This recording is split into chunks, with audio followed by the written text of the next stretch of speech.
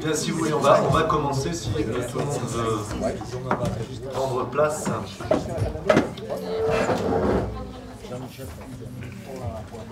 Je vais commencer comme d'habitude par l'appel.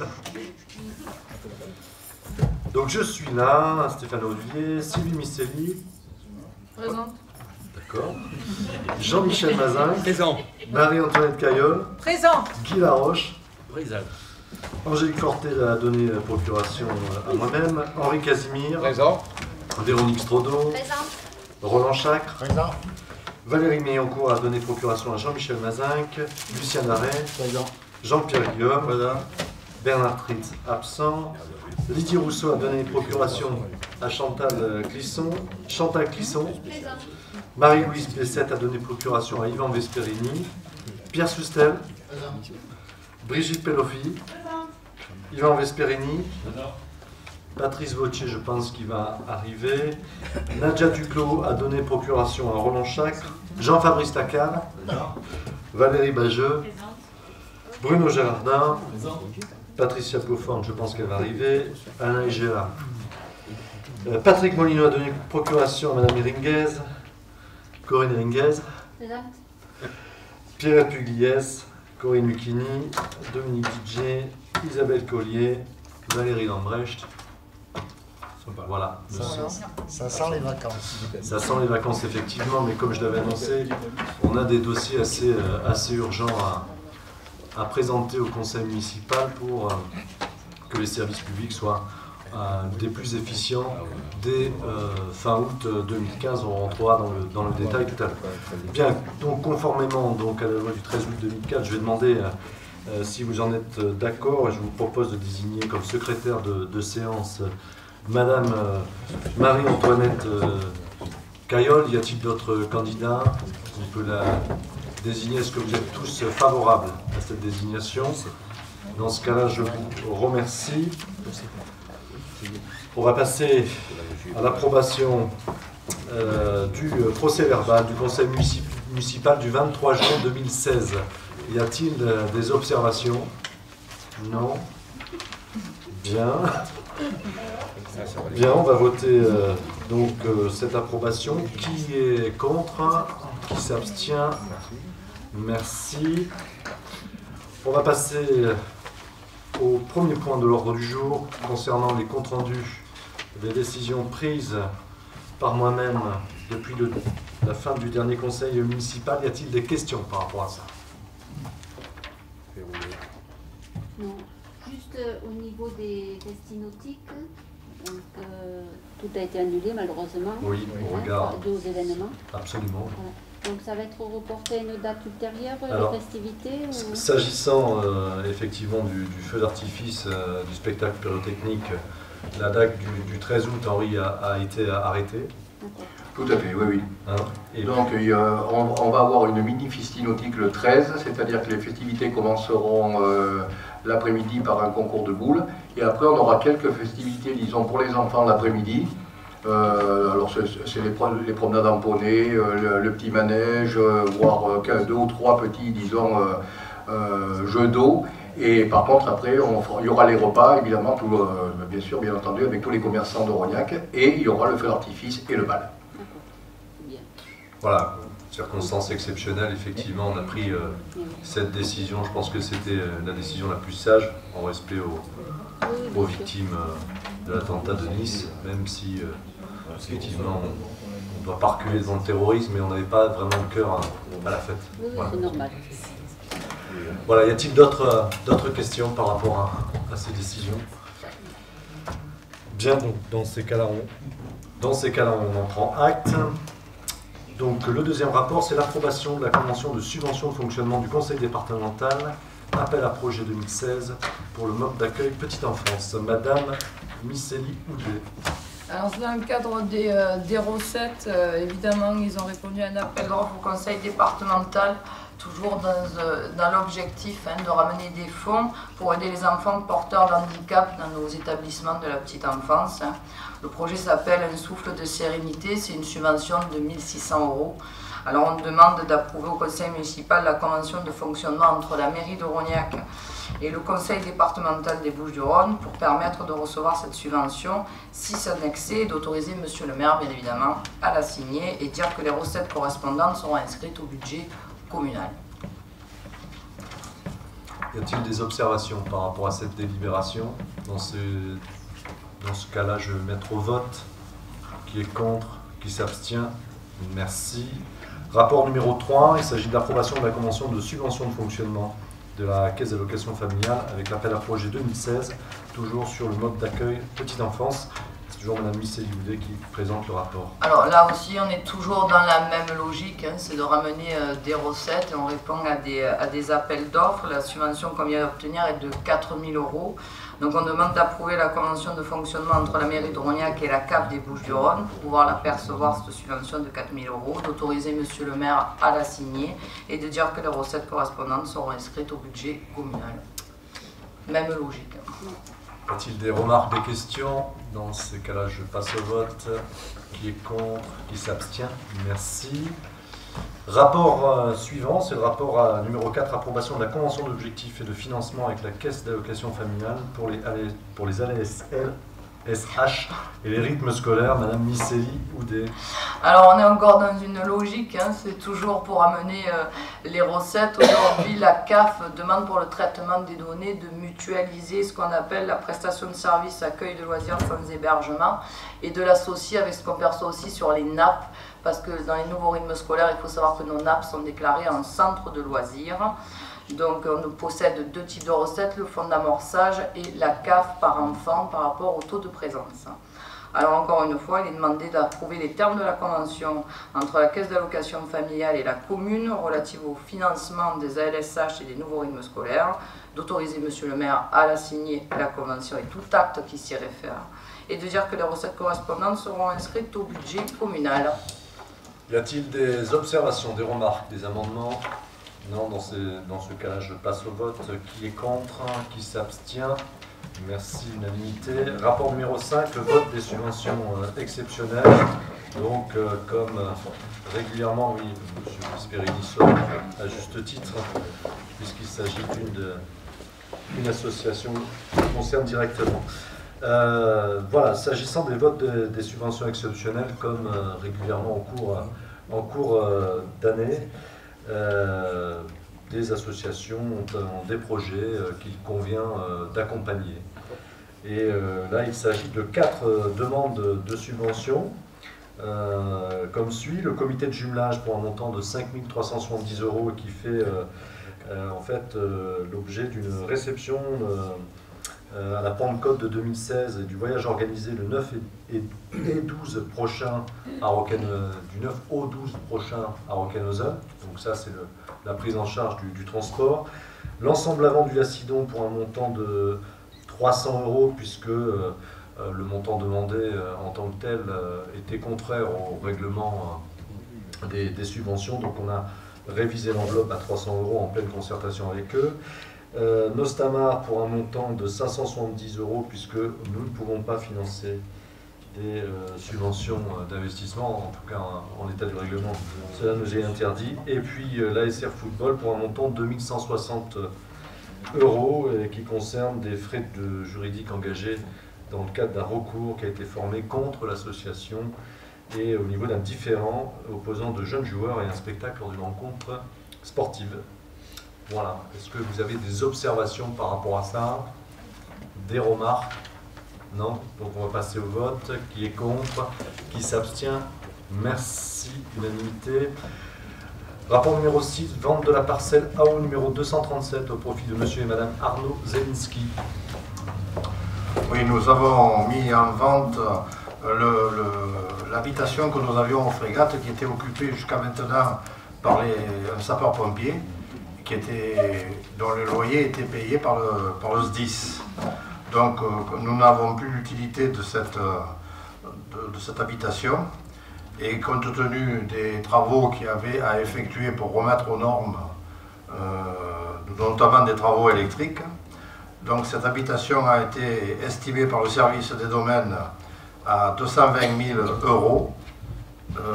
Donc nous avons un acheteur qui l'achète en l'état, C'est-à-dire que 220 000 euros, il aurait fallu remettre aux normes d'électricité, voilà, surtout. Et donc cet acheteur se propose de l'acheter, enfin ce couple se propose de l'acheter, de faire les travaux eux-mêmes. Voilà. Donc je vous propose de vendre cette villa aux Frégates, à la parcelle AO 237, à monsieur et madame Zelensky, qui sont de Velot d'ailleurs, pour la somme de 220 000 euros. Bon, de dire que les recettes seront inscrites au budget communal, bien sûr. Voilà, ça fait partie, comme je dis souvent, de notre plan de rationalisation et de mutualisation des bâtiments communaux. Y a-t-il des observations par rapport à ce rapport? Dans ce cas-là, on passe au vote. Qui est contre? Qui s'abstient? Merci. Rapport numéro 7, qui concerne les ressources humaines, fonction publique, la mise à jour de l'accord d'application portant sur l'aménagement et la réduction du temps de travail. Et s'agissant du cas particulier de la crèche, le rapporteur, c'est Mme Miceli. Alors, en ce qui concerne donc le secteur de la petite enfance, tout le monde sait très bien qu'on a une problématique de place parce qu'on a énormément de demandes. Donc l'objectif était d'ouvrir une section et la possibilité aux familles de Rognac d'augmenter la capacité de 12 places supplémentaires. Donc il a été nécessaire de faire un état des lieux et il en est ressorti de cet audit qu'avec l'équipe existante, non seulement nous pouvons couvrir l'encadrement de ces 12 enfants supplémentaires et en plus faire une économie de 200 000 euros, ce qui nécessite un lissage des heures et de passer à 35 heures. D'où il faut faire le changement, notamment sur la réduction de temps de travail et faire des nouveaux plannings pour pouvoir accueillir ces 12 enfants supplémentaires. Alors ce qu'on vous demande, parce qu'il y avait un accord d'application, c'est ce changement de mettre à jour l'accord d'application portant sur l'aménagement et la réduction du temps de travail en créant dans le chapitre 3, article 3.1, un cas particulier numéro 5 relatif à la crèche intitulé « Cas particulier de crèche », c'est ainsi que c'est rédigé, sur la base de travail hebdomadaire de 35 heures, sans attribution de jours RTT, agent dont la durée annuelle de travail est de 1607 heures. Les congés annuels sont à prendre durant les périodes de fermeture de la crèche. Oui, c'est, on va dire, au niveau des fermetures de la crèche aussi, nous avons décidé de les adapter par rapport à la demande. Donc nous fermerons 3 semaines au mois d'août et 1 semaine pendant les vacances d'avril, qui correspond aujourd'hui, on estime, aux périodes de vacances des salariés. D'approuver le nouveau protocole d'accord d'application, de dire que ce nouveau protocole d'accord est applicable à compter du 1er août 2016.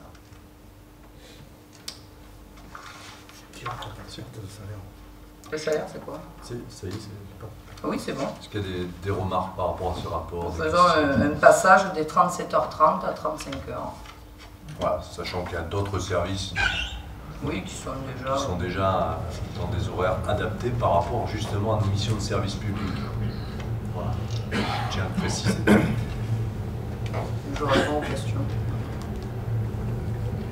Non, s'il n'y a pas de questions, on va passer donc à l'approbation et au vote de ce rapport. Qui est contre? Qui s'abstient? Madame Hernandez s'abstient. Merci.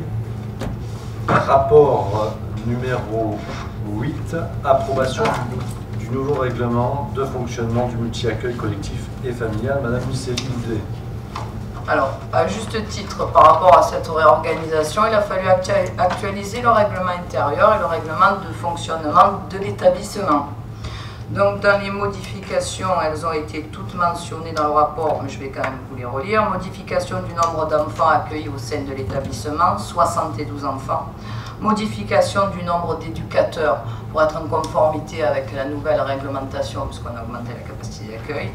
Retrait de la priorité donnée aux enfants hébergés depuis plus de 6 mois, retrait de la priorité aux fratries.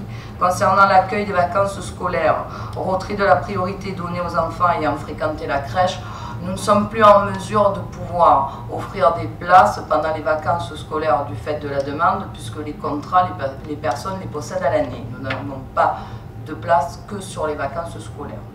Nous le retirons. Nécessité d'établir un PAI en cas de régime particulier. On se met en conformité, comme ça peut être avec la restauration collective et nos règlements dans les centres de loisirs. En termes de gestion des impayés, nous faisons une harmonisation des procédures entre les différentes prestations municipales a été effectuée de la manière suivante, et ce sera valable dans l'ensemble des règlements de toutes les structures jeunesse, restauration scolaire et périscolaire, et vous le verrez par la suite, on actualise à ce niveau-là et on harmonise pour avoir, j'allais dire, une procédure équitable dans toutes nos prestations.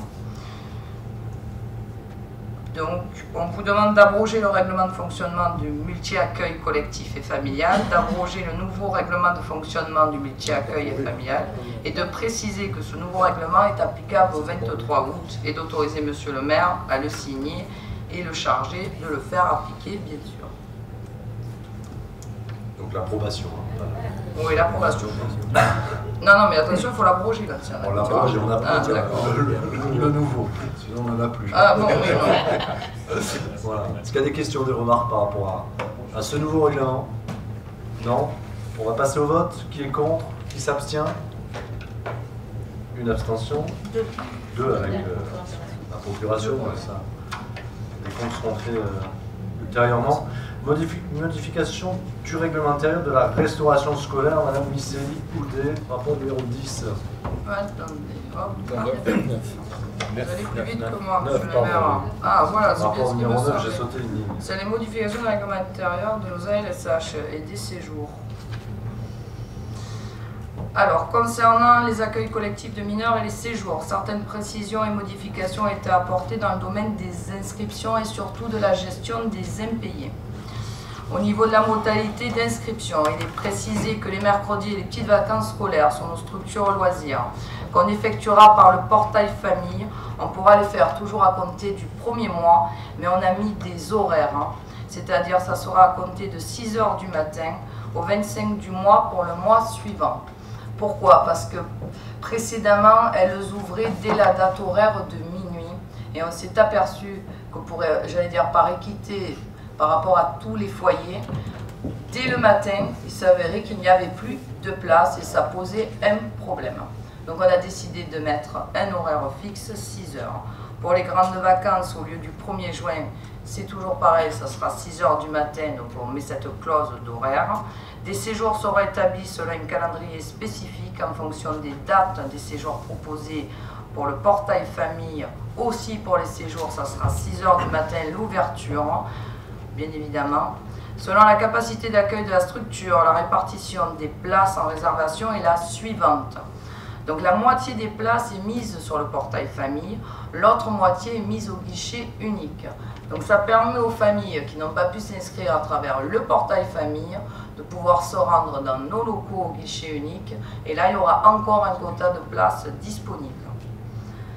Il est précisé également que les enfants qui sont non domiciliés sur la commune de Rognac ne pourront pas s'inscrire au centre de loisirs les mercredis petites et grandes vacances, ainsi qu'au séjour, que dans la limite des places disponibles. Vous comprenez bien que par rapport à la demande et l'offre, les Rognacais restent prioritaires sur les séjours et nous ouvrirons les places restantes uniquement quand déjà tous les Rognacais seront placés. Voilà, et donc ça devient. La facturation d'une inscription au séjour à compter de ce nouveau règlement sera faite à terme échoir, c'est-à-dire on paiera la totalité du séjour en amont du départ. Alors pourquoi? Parce qu'on s'est retrouvé confronté qu'au niveau de la demande, on s'apercevait qu'avec les 30% d'acompte, certains enfants ne partaient pas et bien évidemment prenaient une place. En faisant un paiement de type échoir, on vient, on s'inscrit, on paye la totalité. Donc ça ne pénalise pas de ne pas partir et de laisser, et ça nous permet à ce niveau-là de ne pas avoir de séjour au dernier moment. On peut avoir une ou deux places qu'on aurait pu donner sur la liste d'attente. Donc ce qu'on demande, c'est d'abroger le règlement intérieur des accueils collectifs de mineurs et séjours, d'approuver le nouveau règlement intérieur de nos ALSH et des séjours, de préciser que ce nouveau règlement sera applicable au 1er août 2016 et d'autoriser bien évidemment Monsieur le maire à le signer et chargé de le faire appliquer. Bien, y a-t-il des remarques, des questions? Non. Dans ce cas-là, on passe au vote. Qui est contre? Qui s'abstient? Merci. Donc, rapport numéro 10, modification du règlement de la restauration scolaire. Alors, Madame Miceli, vous c'est dites. ce que je disais tout à l'heure, cette modification, vous le trouverez dans l'ensemble de nos règlements, puisque c'est la même, puisque ça concerne la facturation. Et nous avons resserré, on va dire, le délai au niveau des relances. Pour la bonne et simple raison que nous sommes aperçus que nous avons une somme, on va dire, d'impayés qui est liée plus à des retards de paiement, d'où pourquoi dès la rentrée de septembre nous allons mettre un mode aussi de prélèvement automatique. Ce n'est pas, j'allais dire, forcément des impayés parce qu'on ne peut pas payer le séjour, c'est tout simplement, je veux dire, dans la société où on est, par moment au niveau des délais, un oubli de 48 heures, mais on ne peut pas continuer, j'allais dire, sur cette aisance. Donc, en cas de retard de paiement, une première relance par courrier simple est adressée à la famille permettant un règlement sous 10 jours. À l'issue de cette procédure, une mise en demeure est adressée par courrier recommandé avec avis de réception à la famille pour règlement sous 10 jours. Passé ce délai, si l'usager n'a pas régularisé l'impayé, une procédure de mise en recouvrement est engagée auprès du Trésor public sans préjudice de tout autre recours devant les tribunaux compétents. L'ensemble des inscriptions aux prestations enfance et jeunesse est par ailleurs suspendu tant que la situation ne sera pas régularisée. Il est demandé au conseil municipal d'abroger l'ancien règlement intérieur de la restauration scolaire, d'approuver le nouveau règlement intérieur de la restauration scolaire, de préciser que ce nouveau règlement est applicable au 1er août 2016, d'autoriser monsieur le maire à le signer et chargé de le faire appliquer. Bien, merci. Y a-t-il des remarques, des questions? Non, dans ce cas-là, on passe au vote. Qui est contre? Qui s'abstient? Merci, unanimité. Rapport numéro 11, modification du règlement intérieur de la garderie périscolaire. Madame Miceli, c'est les mêmes... C'est exactement les mêmes formalités. Hein. On revient toujours sur la gestion, j'allais dire, des impayés, que nous avons resserré le délai à 10 jours pour la première relance. Donc on demande d'abroger le règlement intérieur de la garderie périscolaire, d'approuver le nouveau règlement de la garderie, de préciser que ce nouveau règlement est applicable au 1er août et d'autoriser monsieur le maire à le signer et le charger, et monsieur le maire chargé de le faire appliquer. C'est moi qui t'ai coupé, excusez-moi. Ah, pardon, d'accord. Voilà, donc s'il n'y a pas d'observation, on va passer au vote. Qui est contre? Qui s'abstient? Merci, unanimité. Rapport numéro 12 qui concerne le règlement intérieur de l'auditorium de la salle d'exposition du Moulin des Arts. Monsieur Jean-Michel Nazac. Bien, de la même façon que vous avez présenté il y a quelque temps le règlement intérieur du CAM, ce soir, donc, on va vous demander d'approuver le règlement intérieur de l'auditorium du Moulin des Arts et de la salle d'exposition. Donc, ce présent règlement a pour objet de définir les conditions d'utilisation de ces deux salles. Il a pour objectif de permettre l'utilisation des installations pour la satisfaction pleine et entière de tous, tout en veillant scrupuleusement au respect du matériel et des lieux mis à disposition. Les utilisateurs devront donc avoir pris connaissance du règlement intérieur et s'engager à en respecter les clauses avant toute mise à disposition effective. Donc on vous demande d'approuver le règlement intérieur de l'audito et de la salle d'exposition du Moulin des Arts que vous avez en votre possession. Bien, est-ce qu'il y a des remarques? Oh, pardon. Je ne sais pas si tu as est-ce qu'il y a des remarques, des questions par rapport au règlement? Non, on va donc passer au vote. Qui est contre? Qui s'abstient? Merci, unanimité. Avant-dernier rapport, création de la fête du Souléou. Je voudrais associer à ce rapport 3 rapporteurs en fait, et non pas un, mais on ne peut pas en mettre plus d'un. Monsieur Casimir, bien évidemment, s'agissant du volet festivités, mais également Véronique Strodo qui a participé de manière active à cette nouvelle manifestation, et Madame Bageux. Donc je vais laisser la parole à Monsieur Casimir, et puis si les co-rapporteurs veulent compléter par rapport à la description de du nouvel événement, n'hésitez pas à prendre la parole de manière successive. Monsieur Casimir. La municipalité souhaite proposer de nouveaux événements familiaux, et cela au plus proche de la population, à l'intérieur même des différents quartiers de notre cité. C'est pourquoi il est proposé de faire revivre dès septembre la fête champêtre des Barjaquets. Cette fête, baptisée la fête du Souléou, se déroulera le dimanche 18 septembre prochain. Des animations seront programmées, notamment en partenariat avec le tissu associatif. Une paella sera proposée sur inscription préalable à ceux qui le souhaitent.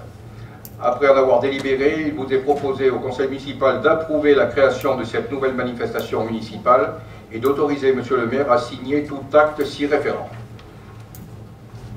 Alors on pourra compléter en disant que ces inscriptions au niveau de la paella se feront du 29 août au 10 septembre et que cette paella sera limitée à 400 personnes. Alors vous l'aurez compris, je vais compléter, puis je pense que je donnerai la parole à Véronique si elle veut compléter, mais l'objectif c'est vraiment de réinvestir en matière d'animation nos quartiers. C'est un événement qui existait il y a quelques années, comme tu l'as précisé ou pas.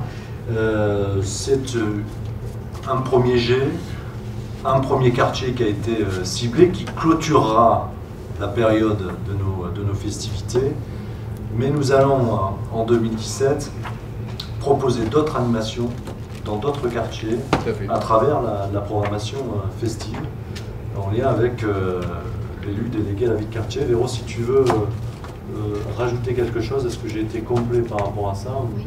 Voilà. Je vais faire un petit peu de publicité.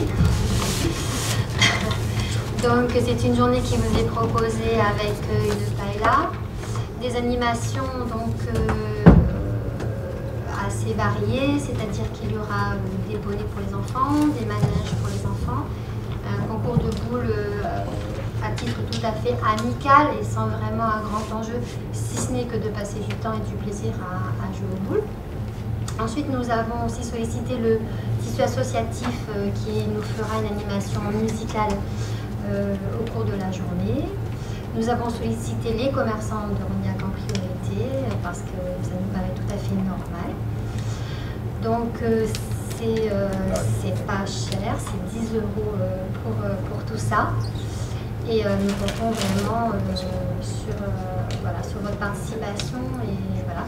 Donc nous allons aussi investir les frégates à la fin des travaux qui sont prévus donc en avril ou mai de l'année prochaine. Nous souhaitons faire exactement la même chose, sous une autre forme bien sûr, parce qu'il faut que chaque quartier ait sa propre identité et sa propre manifestation. Et nous souhaitons, au fur et à mesure des années, redonner un petit peu de vie dans nos quartiers. Voilà. Merci pour ces explications. Ça va être le coup de rentrer dans le détail. Madame Eringuez, avez-vous une question à poser? Dites-moi. Non? Ah bon. Tout va bien. Madame Bageux? Tout a été dit. Juste, je disais, au niveau des commerçants, j'étais pas au courant qu'on avait été sollicité, mais bon, ça va arriver. Au niveau de la restauration. La restauration. Ah, voilà.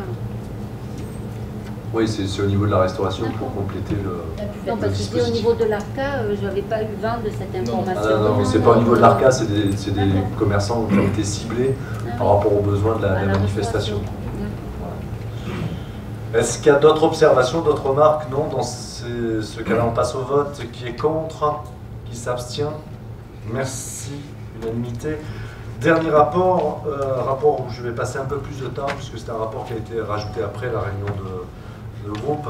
C'est le contrat de mixité sociale qui va être conclu entre la ville et l'État. Juste m'arrêter quelques instants sur cette problématique. Il doit y avoir un micro encore ouvert, non? Bon, alors c'est moi qui ai raison.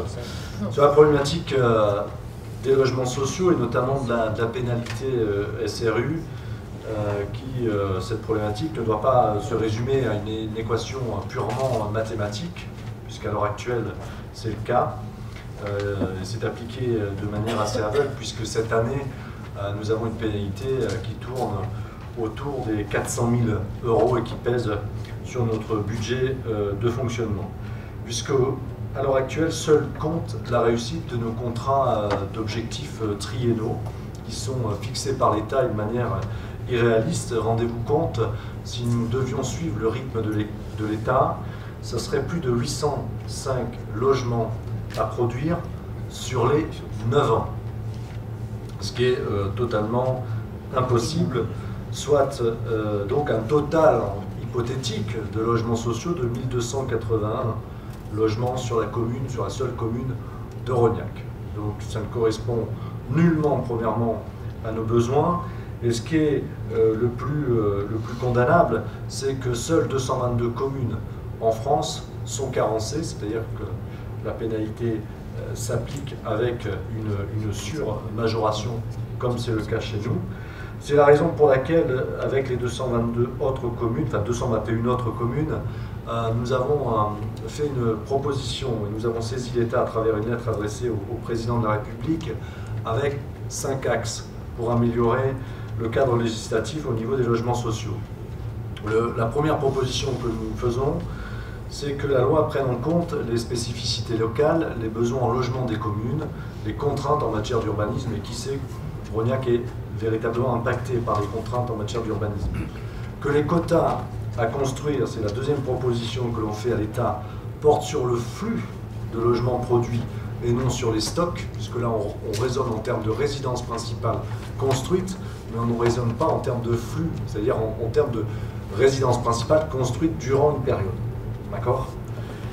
Dire aussi que les pénalités, et ça fait longtemps qu'on le réclame, soient appliquées à l'échelle, non plus à l'échelle communale comme c'est le cas, mais que le taux soit appliqué à l'échelle intercommunale, dans le cadre du plan local de l'habitat, et que également l'accession sociale à la propriété soit comptabilisée dans les objectifs de la pénalité SRU, ce qui n'est pas le cas à l'heure actuelle. Il faut le savoir.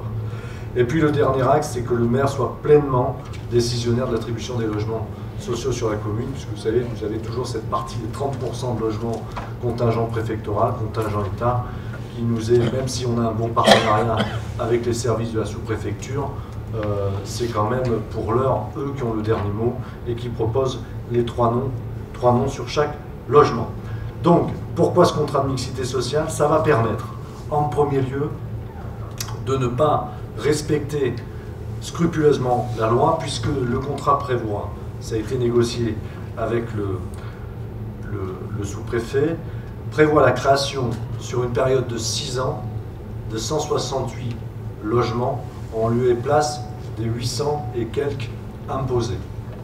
Pourquoi 168? J'avais eu l'occasion de le dire la dernière fois, c'est que j'ai mis en balance à travers la négociation, notamment du foncier à vocation économique, qui est en friche industrielle, notamment le site de la Grande Bastide, où il y a un potentiel énorme pour développer un nouveau quartier communal, mais qui à l'heure actuelle est gelé à travers une convention de revitalisation entre l'État et l'Aïon-del-Basel.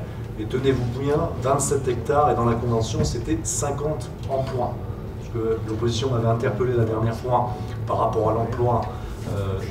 On n'est pas contre l'emploi, loin de là, mais il faut regarder en termes de foncier, et le ratio d'emploi à l'hectare est très faible. Donc l'État, sur ce point, a accepté le fait de revoir sa copie par rapport aux objectifs triennaux et d'abaisser, en fait, par rapport à la demande de logement sur Rognac, puisque la demande de logement, Marie, si mes souvenirs sont bons, c'est à peu près entre 150 et 200 demandeurs légitimes rognacais. Donc là, on répond à la demande locale sans pour autant répondre aux objectifs de l'État.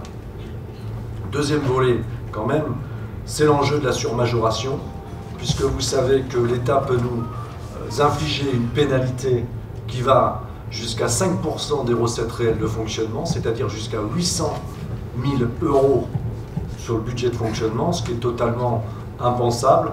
Donc ce contrat engage aussi l'État en disant à chaque révision, c'est ce que dit un des articles, nous regarderons sur la surmajoration à ne pas appliquer cette surmajoration si la commune a fait des efforts par rapport aux secteurs qui ont été identifiés. Voilà, donc c'est deux volets. Un volet purement pour ne pas dénaturer Rognac, il est hors de question, et ça, je pense que tout le monde en conviendra, de répondre à la demande de l'État. Et le deuxième aspect, c'est un aspect financier, puisque 800 000 € sur le budget de fonctionnement, c'est 800 000 € en moins pour l'investissement et pour l'entretien de notre patrimoine bâti et non bâti. Voilà, je suis à votre disposition pour répondre aux différentes questions si vous en avez. Pas de questions? Bien, dans ces conditions, on va passer au vote. Qui est contre? Qui s'abstient? Merci. Vous n'avez pas signé. La feuille de présence, c'est normal, c'est là. Voilà, le conseil municipal du mois de juillet est terminé. Bonnes vacances, il n'y en aura pas au mois d'août. Je pense que ça soit... Si, on n'a pas. Bien, donc à la rentrée, je vous souhaite de très bonnes vacances, si on n'a pas l'occasion de se revoir. Merci à vous.